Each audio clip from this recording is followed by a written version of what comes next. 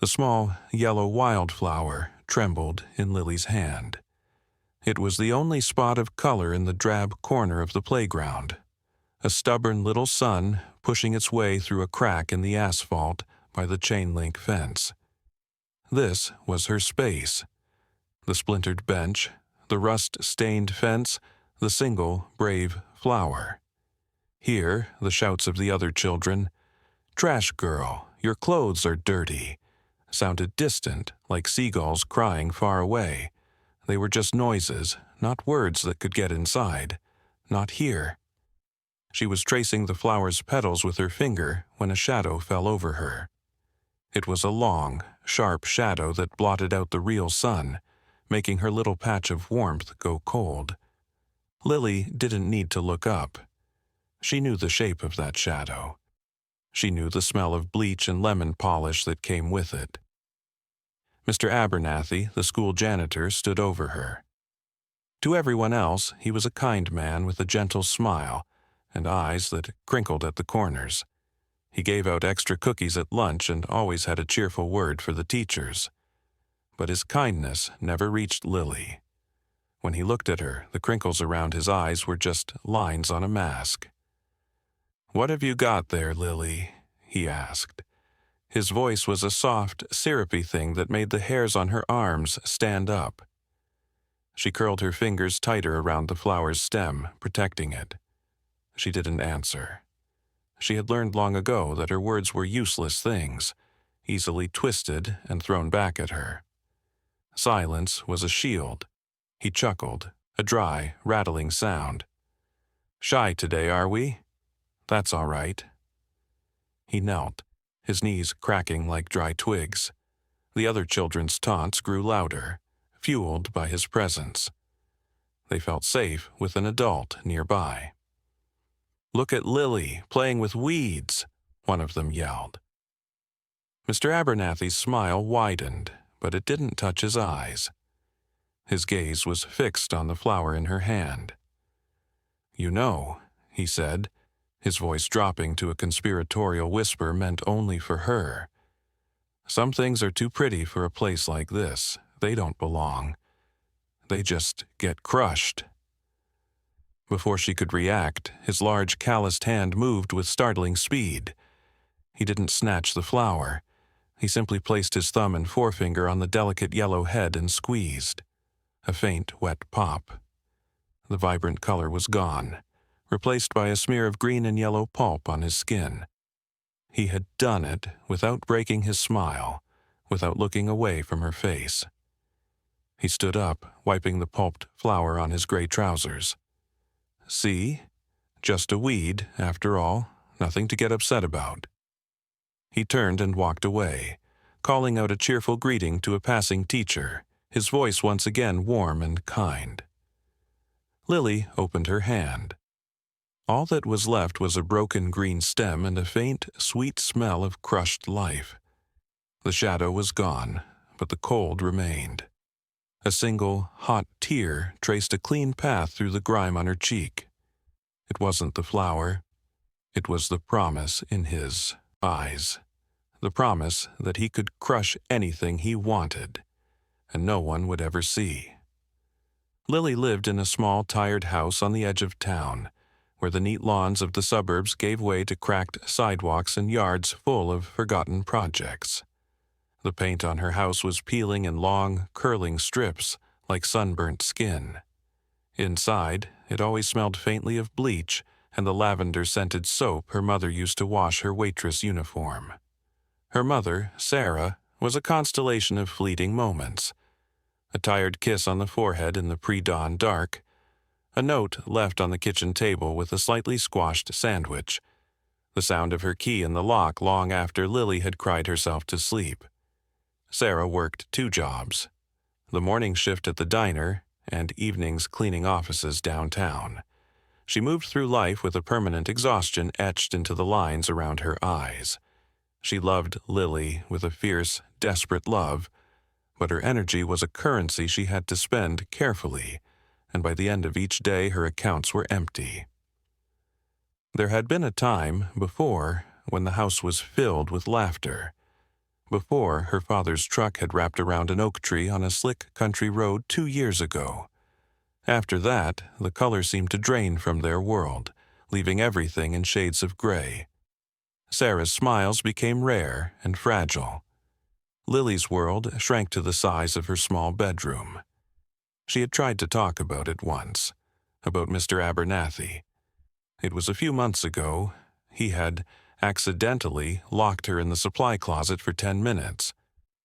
When he'd opened the door, he'd been smiling that same empty smile.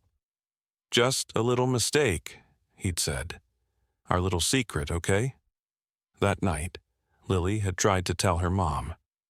Sarah was slumped at the kitchen table, rubbing her swollen feet, a stack of unpaid bills beside her elbow. "Mama," Lily had whispered, her voice trembling. The man at school, the janitor. Sarah had looked up, her eyes clouded with fatigue. "What about him, sweetie?" "He locked me in a closet. He said it was a secret." Her mother's face tightened, a flicker of alarm fighting through the exhaustion. "What? Why would he do that?" "I don't know. He just smiled." Sarah sighed, the sound heavy with the weight of a world she couldn't control. "Lily, are you sure? Maybe the door just got stuck. Mr. Abernathy is a nice man. He's been at that school for 20 years. She reached out and brushed Lily's hair. "You have to be careful not to make up stories, honey. People won't believe you. And it just makes things harder. Just stay away from anyone who bothers you. Be a good, quiet girl, okay?" Lily had nodded, a lump forming in her throat. It wasn't a lie, but her mother didn't have the strength for another fight, another problem she couldn't solve. So Lily stopped talking. She became the good, quiet girl her mother needed her to be. She learned to become invisible, to make herself small, to live in the cracks and corners where no one looked. Her only escape was her drawings. Her sketchbook was filled with them. Page after page of a small girl with big, watchful eyes. In the early drawings, the world around the girl was bright, but slowly, a figure had started to appear at the edges of the pages. At first, it was just a tall, thin shadow. Then, the shadow grew hands. Then, it grew a face with a smile that was just a sharp, curved line with no happiness in it.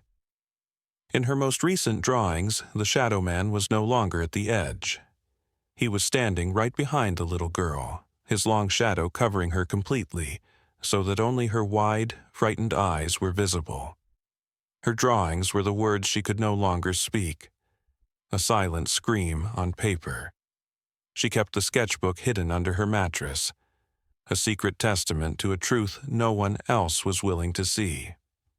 The clubhouse of the Sentinels Motorcycle Club was not the den of chaos people imagined.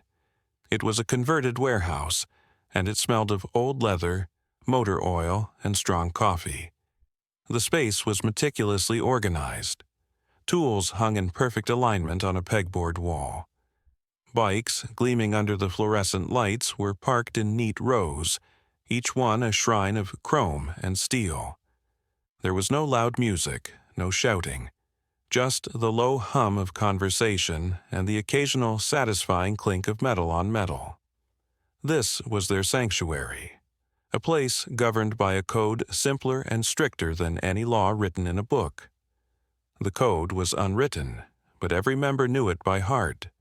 Loyalty to your brother, respect for the road, and protection for those who cannot protect themselves. At the center of it all was Preacher. He wasn't the biggest or the loudest man in the club. His authority came from a place of deep, quiet conviction. He sat at a heavy oak desk, cleaning a tarnished silver locket with a soft cloth. Inside was a faded photograph of a smiling young girl with bright, fearless eyes. His daughter, lost to a sickness years ago. That loss had hollowed him out and then rebuilt him into something new. It had forged his purpose. He now saw her face in every vulnerable child he encountered. Across from him, Saint was reviewing a lease agreement for a local women's shelter the club supported. He was a paradox, a lawyer with sleeves of intricate tattoos covering his arms. He had walked away from a lucrative corporate practice after seeing how the law could be twisted to protect the powerful and punish the weak. With the Sentinels, he used his sharp mind as a weapon for the defenseless. In the garage bay, Wrench was meticulously reassembling a carburetor. He was a man of few words, expressing himself through the language of engines and machinery. He could diagnose a problem by the sound of a misfire from a block away. His hands, though stained with grease, were as steady and precise as a surgeon's. He'd found his family in the club after years of drifting, a quiet anchor in a loud world. And then there was Roadblock, a massive man with a calm demeanor that belied his past as an Army logistics sergeant. He was planning the route for their annual Toy Run, a charity ride that collected thousands of toys for underprivileged kids every Christmas. He saw the world as a series of patterns and pathways, and his gift was seeing the safest, most efficient way to get from a problem to a solution. These men, and the 24 others who wore the Sentinel patch, were bound by more than a love for motorcycles. They were men who had been failed by systems, who had seen the cracks in society where the vulnerable fell through.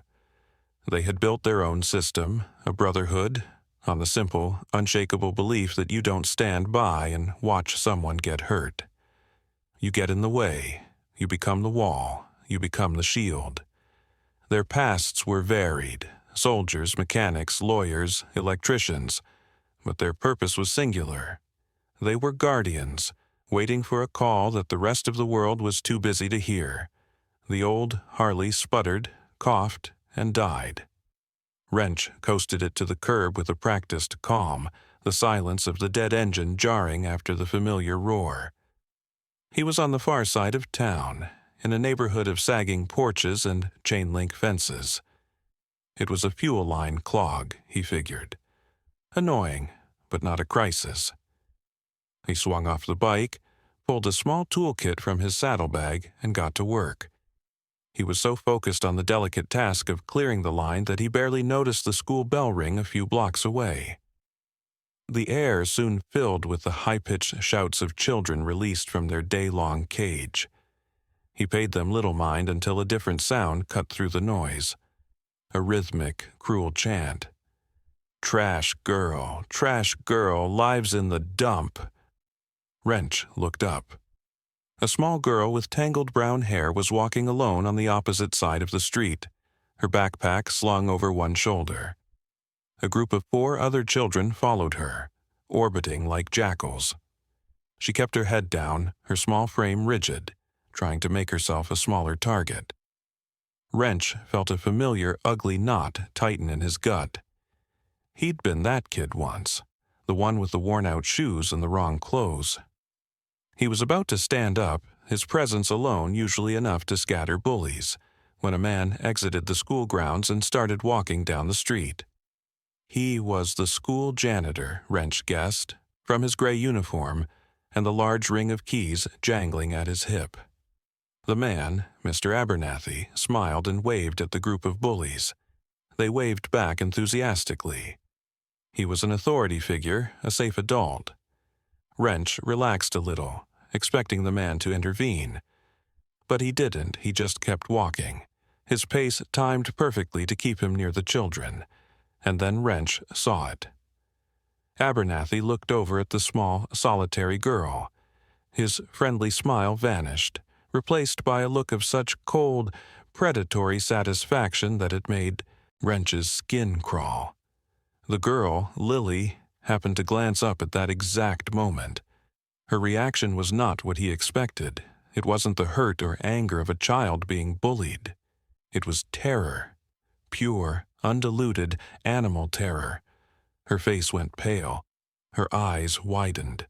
Her small hands flew to her mouth as if to stifle a scream. She stumbled and dropped her worn backpack, its contents spilling onto the cracked sidewalk. She was frozen, a statue of fear, her eyes locked on the smiling janitor. Abernathy's gaze lingered on her for a long second, a silent, menacing communication that Wrench could feel even from across the street. Then, the janitor's public-friendly smile snapped back into place, and he continued on his way as if nothing had happened. The spell was broken.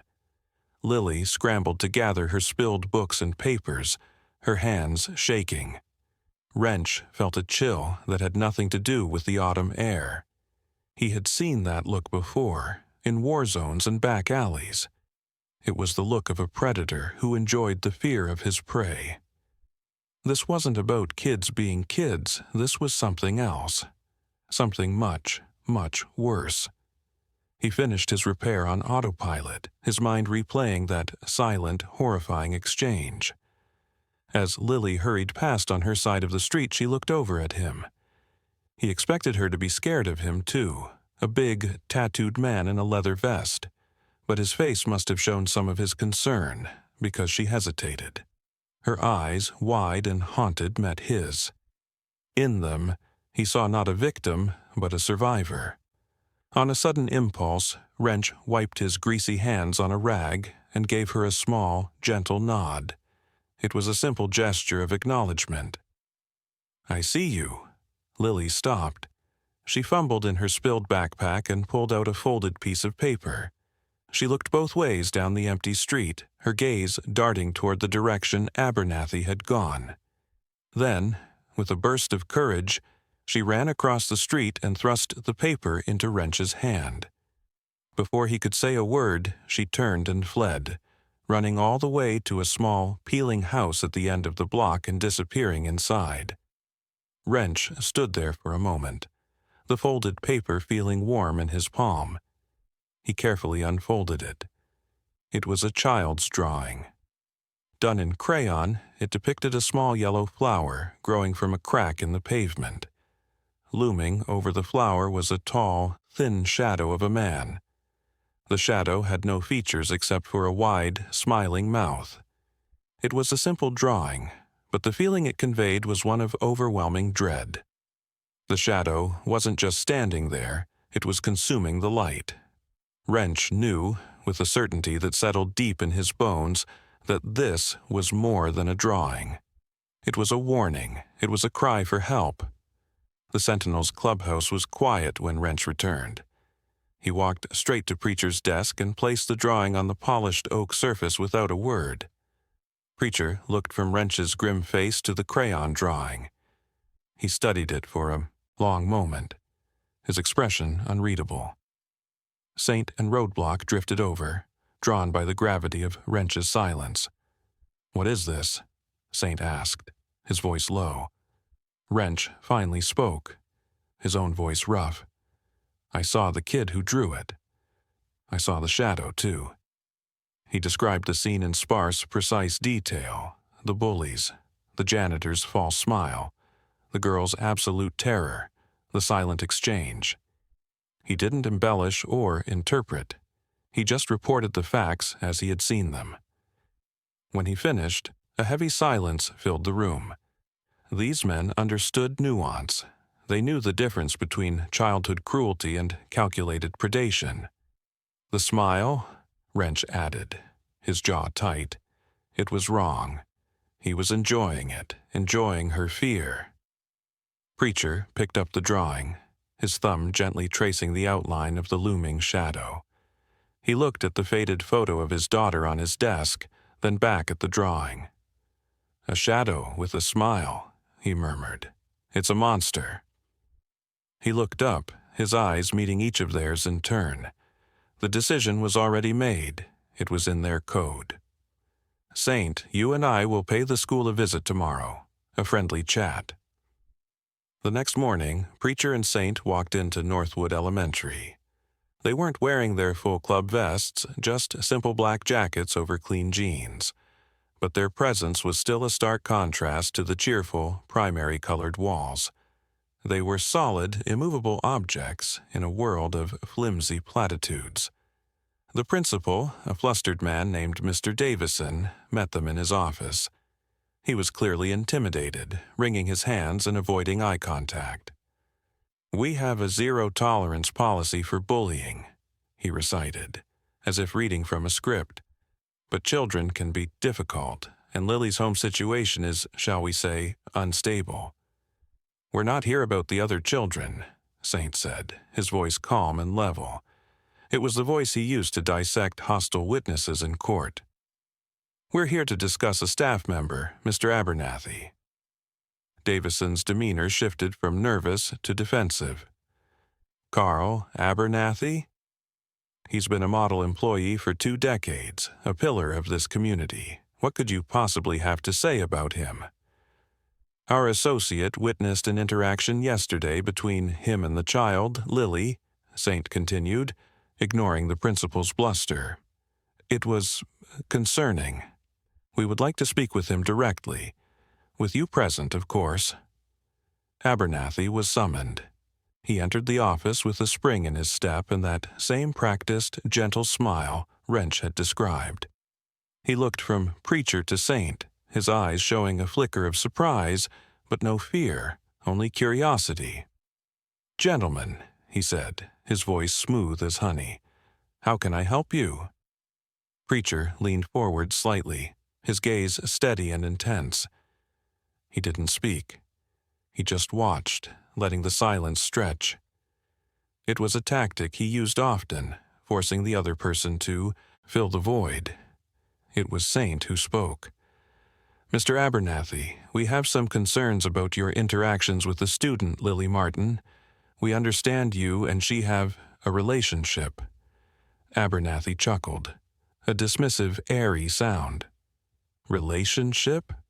I barely know the girl. She's a troubled child, keeps to herself. I feel for her, of course. It's a sad situation. But she's prone to fantasy." He looked at the principal.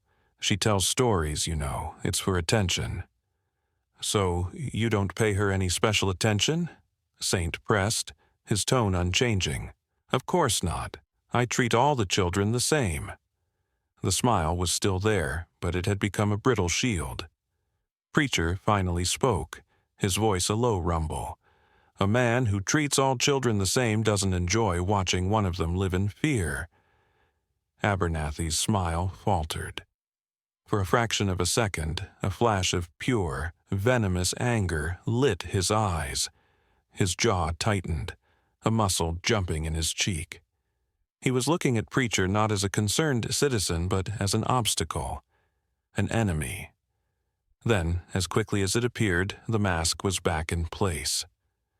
"I have no idea what you're talking about," he said, his voice now cold and hard. "This girl is feeding you lies.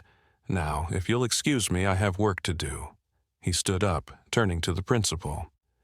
"Mr. Davison, I trust you'll handle this. I won't be slandered by people like this." He walked out of the office, his back ramrod straight. The confrontation was over, but the war had just been declared. Mr. Davison, pale and sweating, stammered, "You see, it's absurd. You should leave." Preacher stood up slowly.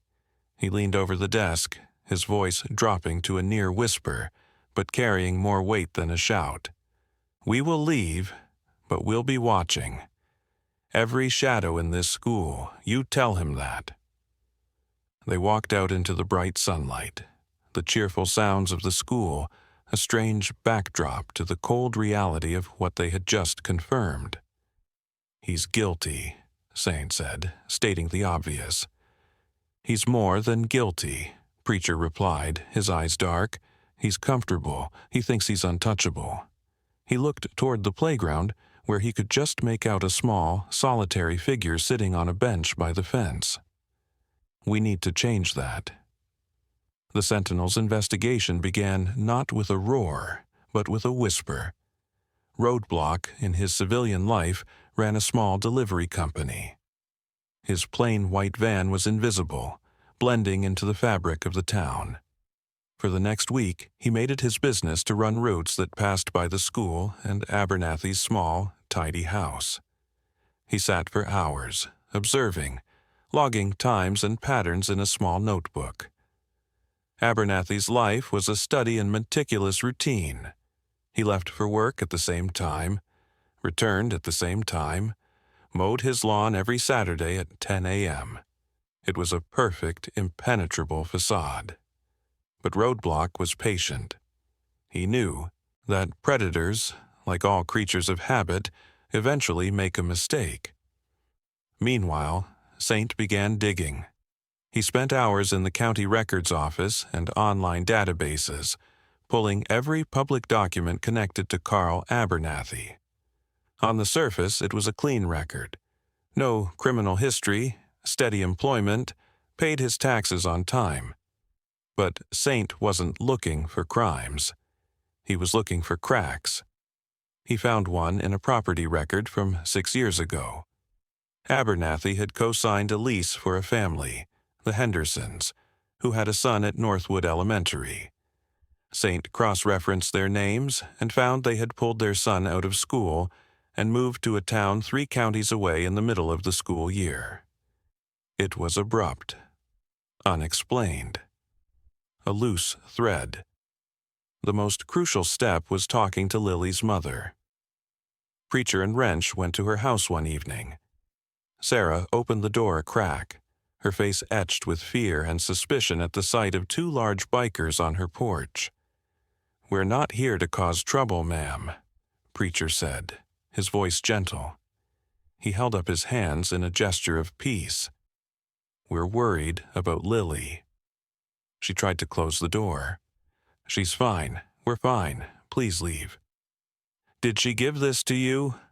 Wrench asked, holding out the crayon drawing of the Shadow Man. Sarah stared at the drawing. Her bravado crumbled. Her shoulders slumped, and she opened the door. They sat at her small, worn kitchen table.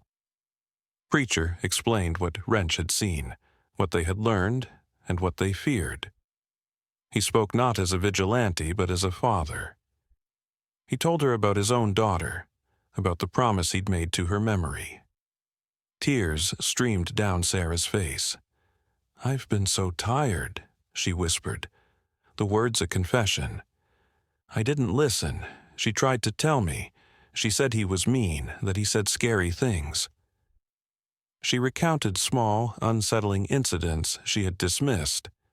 Lily suddenly becoming terrified of closets, refusing to stay after school for any reason, having nightmares about a smiling shadow.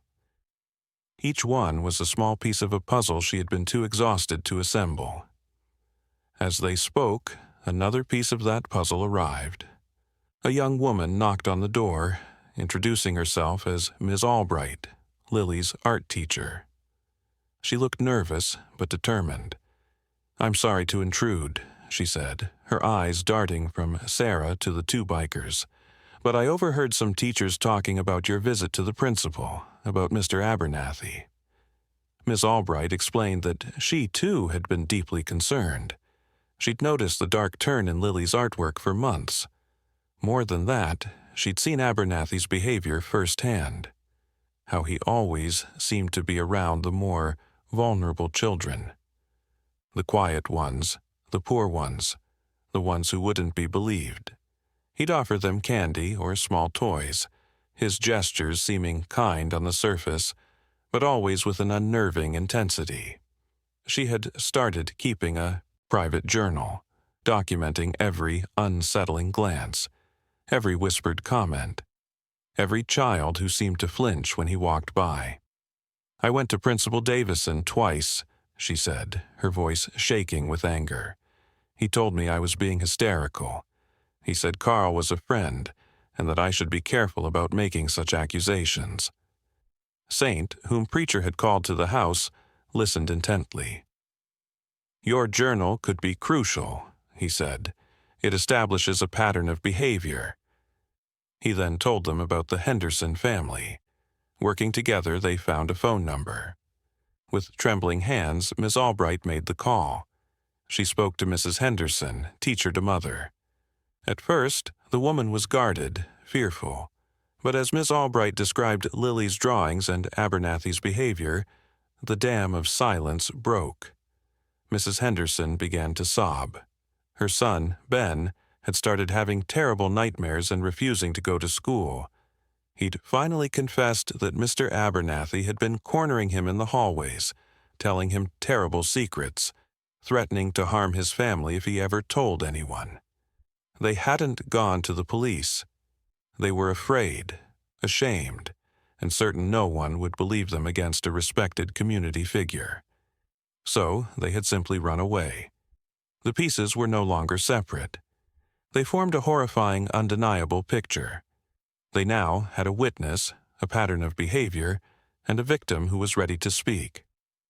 The institutional gears, rusted shut by fear and complacency, were about to be forced open.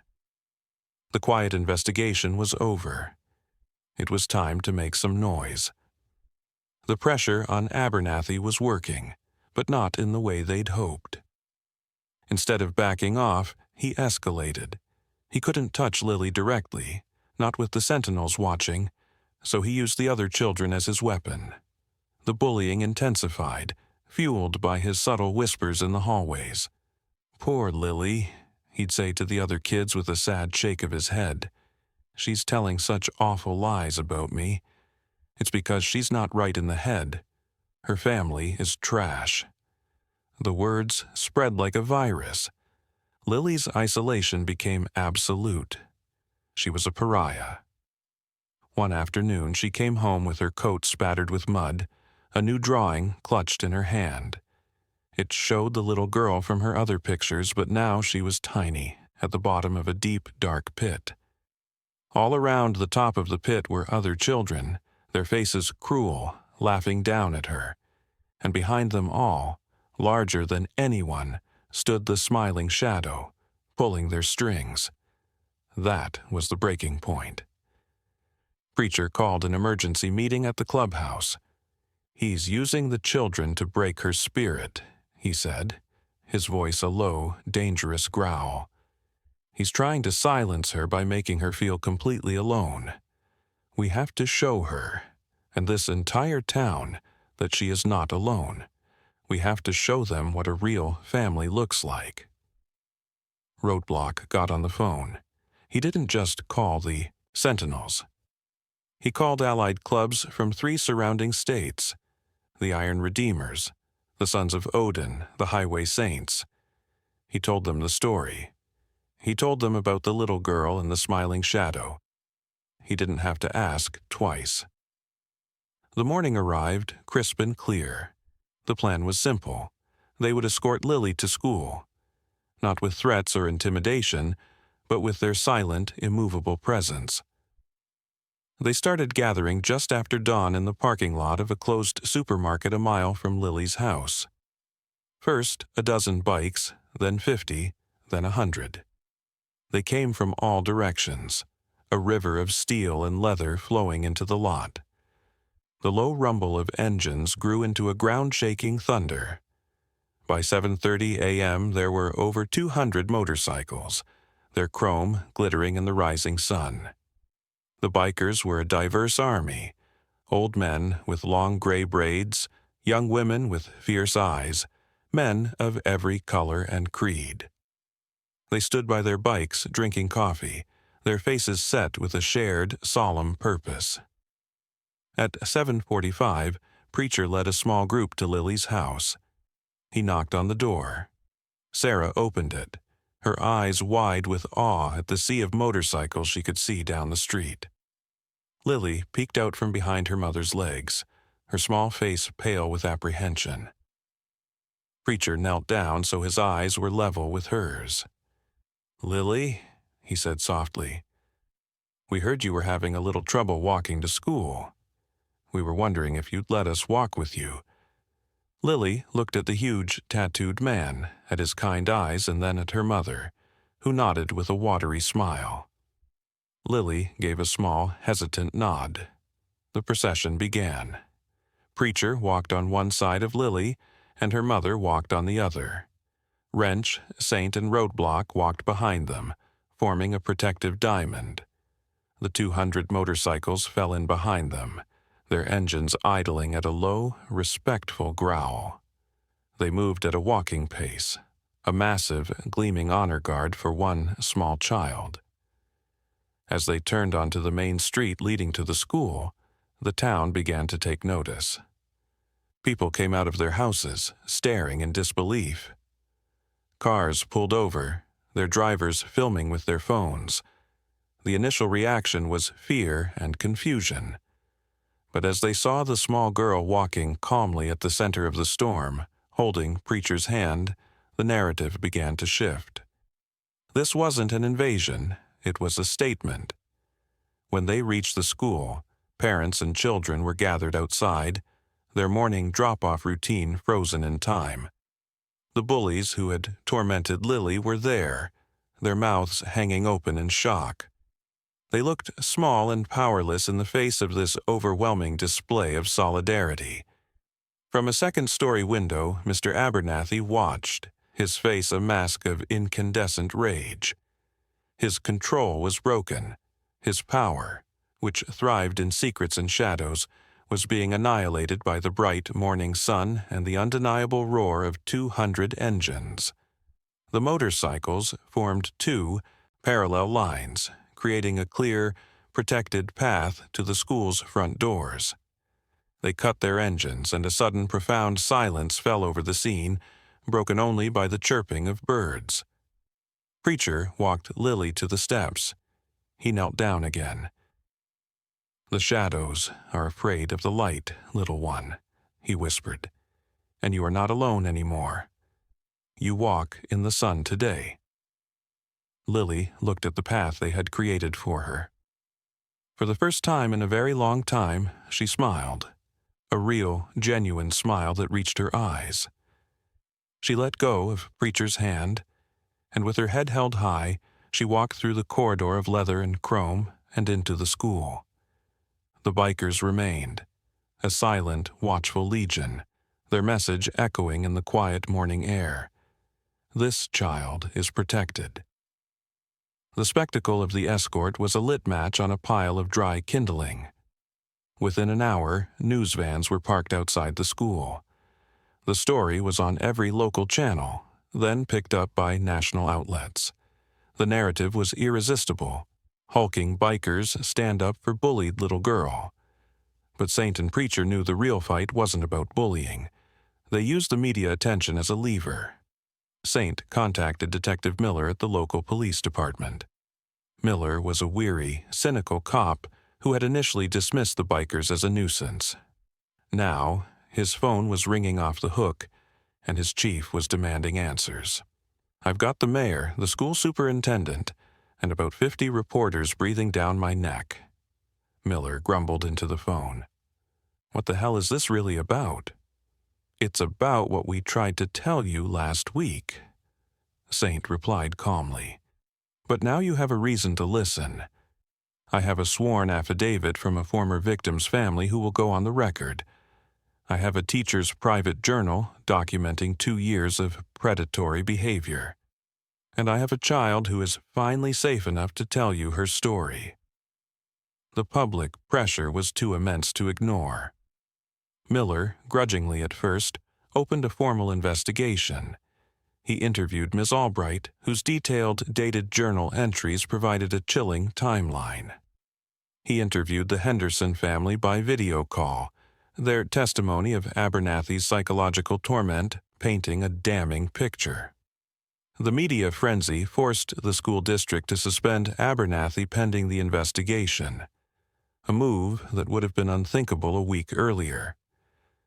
The final, crucial step was Lily's own statement. Detective Miller, along with a child advocacy specialist, came to her home. Preacher and Sarah sat with her, not to coach her, but simply to be a warm, steady presence. In the safety of her own living room, Lily finally spoke. She told them everything. About the closet, about the crushed flower, about the whispers and the secrets, about the way he looked at her, like she was a bug he was about to step on. She spoke with the simple, unadorned clarity of a child telling the truth. And then she showed them her sketchbook. Page after page, the story unfolded in crayon and pencil. The evolution of the smiling shadow from a vague threat to an all-consuming monster was more powerful than any verbal testimony. For the first time, Detective Miller saw the full scope of the horror. This wasn't just a creep. It was a methodical, long-term predator who groomed the entire community along with his victims. Armed with the testimonies and the drawings, Miller secured a warrant to search Abernathy's home and his locker at the school. In the locker, tucked away in a dusty corner behind a box of cleaning supplies, they found it. A small metal box. Inside were his trophies. A small blue ribbon from a little girl's hair. A superhero keychain that Ben Henderson's mother identified as his. A single, pressed yellow wildflower, identical to the one Lily had described, preserved between two pieces of wax paper. The arrest was quiet and swift. 2 uniformed officers and Detective Miller walked into the school administration office, where Abernathy was collecting his personal effects. There was no chase, no fight. Abernathy's mask of righteous indignation crumbled into a face of pure, pathetic malice. As they led him out in handcuffs, he saw Preacher and Wrench standing across the street by their bikes. He lunged against the officers, his voice a venomous hiss. You have no idea what you've done." Preacher just stared back, his expression like granite. He had done exactly what he knew he had to do. Lily watched the police car pull away from her classroom window, Miss Albright's comforting arm around her shoulder. She didn't feel happy or triumphant. She just felt quiet. It was the quiet of a storm that had finally passed. She took a deep breath, the first truly easy breath she had taken in years, and felt the heavy weight she had been carrying for so long finally begin to lift. The shadow was gone. The fall of Carl Abernathy sent shockwaves through the town of Northwood. The trial was swift. Faced with the overwhelming evidence, the testimonies of Lily, the Hendersons, the journal from Ms. Albright, and the horrifying box of trophies, Abernathy accepted a plea bargain that would keep him in prison for decades. But the story didn't end with the cell door slamming shut. The Sentinels, along with Sarah and Ms. Albright, understood that Abernathy was not a lone monster. He was a symptom of a systemic failure. He had thrived in a culture of silence, where it was easier to dismiss a troubled child than to question a pillar of the community. That had to change. Saint, acting pro bono for a newly formed parents' advocacy group, drafted a proposal for the school district. It was called Lily's Law. It wasn't just a new rule. It was a complete overhaul of student safety protocols. It mandated comprehensive, recurring background checks for all school employees, not just new hires. It established a new, independent student advocate, position in every school, a person whose sole job was to listen to children, outside the normal chain of command.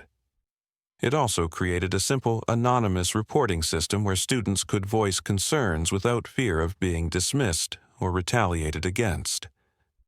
The school board, facing a barrage of negative press and the threat of multiple lawsuits, unanimously passed the proposal. The first person they hired for the new advocacy program was Ms. Albright. Her courage and meticulous documentation had made her a local hero. She accepted the position, vowing that no child in her district would ever feel invisible again. The community itself began to transform. The story had forced people to look at the cracks in their own town, to question who they chose to trust. The initial fear of the Sentinels had morphed into deep respect and gratitude. The club, once seen as a fringe outlaw group, was now hailed as the town's conscience. They were invited to consult on a new community watch program. Roadblock helped design neighborhood safety maps. Wrench started a free after-school program, teaching basic mechanics to teenagers to keep them out of trouble. The change was most profound for Lily and her mother. The media attention brought with it a wave of support. A local contractor, a biker himself, organized a crew to repair and repaint their crumbling house for free. Sarah was offered a new, better-paying job as an office manager by a business owner who had been moved by her story. For the first time in years, she could work one job, not two. She could be home when Lily got out of school. She had the time and energy to listen, to heal alongside her daughter. The exhaustion in her eyes was slowly replaced by a resilient light. The ripple effects spread further. The national news story on the biker escort inspired similar movements in other towns. Groups of veterans, truckers, and other motorcycle clubs organized to support other vulnerable children, creating a loose, nationwide network of guardians. The simple, powerful image of a column of bikers protecting a single child had become a symbol of a new kind of community action. Direct, uncompromising, and centered on the simple principle that protecting a child is everyone's responsibility. The legacy wasn't just a new law or a safer school. It was a fundamental shift in perspective. It was the understanding that true strength isn't measured by how loudly you roar, but by how carefully you listen to the quietest voice. 6 months later, the world was painted in the warm, golden hues of late spring. The park in the center of town was alive with the laughter of children. Lily was among them, her hair now clean and brushed, tied back in a cheerful ponytail. She was no longer a solitary figure huddled by a fence. She was in the middle of a game of tag, her face bright with exertion and joy as she chased a group of new friends. She had found her voice, a clear, happy sound that now mixed easily with the others. Not far away, under the shade of a large oak tree, the sentinels were having a Sunday barbecue. The scene was a peaceful tableau of domesticity. Wrench was at the grill, expertly flipping burgers. Saint was in a heated debate over a chess game with Roadblock. Other members and their families were scattered on blankets, talking and laughing. They were a quiet, reassuring presence, a silent promise that this newfound peace would be guarded. Preacher sat on a bench, watching Lily play. He wasn't looking at her with sadness or pity, but with a deep, quiet pride. She was a survivor. More than that, she was thriving. Suddenly, Lily broke away from her game and ran toward him, her cheeks flushed. She was holding a piece of paper in her hand. It was a new drawing. She held it up for him to see. This drawing was different from all the others. It was bursting with color. A bright yellow sun with big, smiling rays filled the top of the page. Below it, a little girl with a huge, happy smile was holding the hand of a very large man in a leather vest. The man's face was kind. Surrounding them were other figures. Bikers, children, mothers, fathers, all of them smiling. The ground wasn't cracked asphalt. It was lush green grass covered in tiny, colorful wildflowers. There were no shadows anywhere. Lily pointed to the big man of the drawing. "That's you," she said, her voice clear and confident. Preacher felt a familiar ache in his chest, but this time it was an ache of fullness, not loss. He took the drawing carefully, as if it were the most precious document in the world. "It's the best picture of me I've ever seen," he said, his voice thick with emotion. He looked from the bright, hopeful drawing to the little girl standing before him, so full of life. She was the living embodiment of the code he lived by. She was the promise kept. Later that day, back at the clubhouse, Preacher cleared a space on his old oak desk.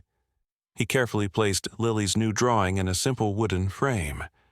He set it right beside the tarnished silver locket that held the faded photograph of his daughter. The two pictures, one a memory of a love lost and the other a symbol of a future saved, stood side by side. The sun was setting, casting long, peaceful shadows across the room. Preacher looked out the window at the open road stretching toward the horizon. Tomorrow, they would ride again. There were always more shadows in the world, but now there was also more light. And he knew with a certainty that settled deep in his soul that even the smallest light, when fiercely protected, could burn away the darkest night.